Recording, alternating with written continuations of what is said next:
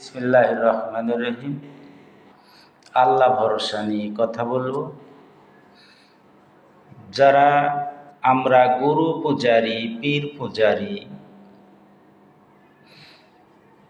উচ্চ পর্যায়ের ব্যক্তি যারা পীর পূজারী, তারা আল্লাহ ভরসার উপরে একেবারে একনিষ্ঠভাবে দাঁড়িয়ে গেছে। প্রকৃতই তারা আল্লাহ ভরসার লোক। পীর পূজারী, পীর এটা হলো ছিলা, প্রকৃতই তারা আল্লাহ ভরসার লোক।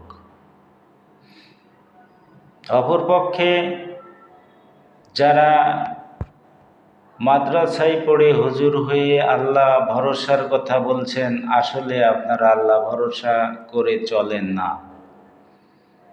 আপনারা মুখে বলেন আল্লাহ ভরসা, মুখে বলতে বলতে একবারে মুখের ফেনা উঠে যায় যে আমরা আল্লাহ ভরসার লোক। আসলে প্রকৃতপক্ষে আল্লাহ ভরসার লোক আপনারা নয়। নিজেকে প্রশ্ন করে দেখুন, আপনি কতটুকু আল্লাহ ভরসার লোক। মানুষকে ইসলামের ভয় ভীতি দেখান, ইসলামের পাপের ভয় ভীতি দেখান, আসলে প্রকৃতপক্ষে আপনারা ইসলামের পাপের ভয় করেন না। আল্লাহ হাফেজ।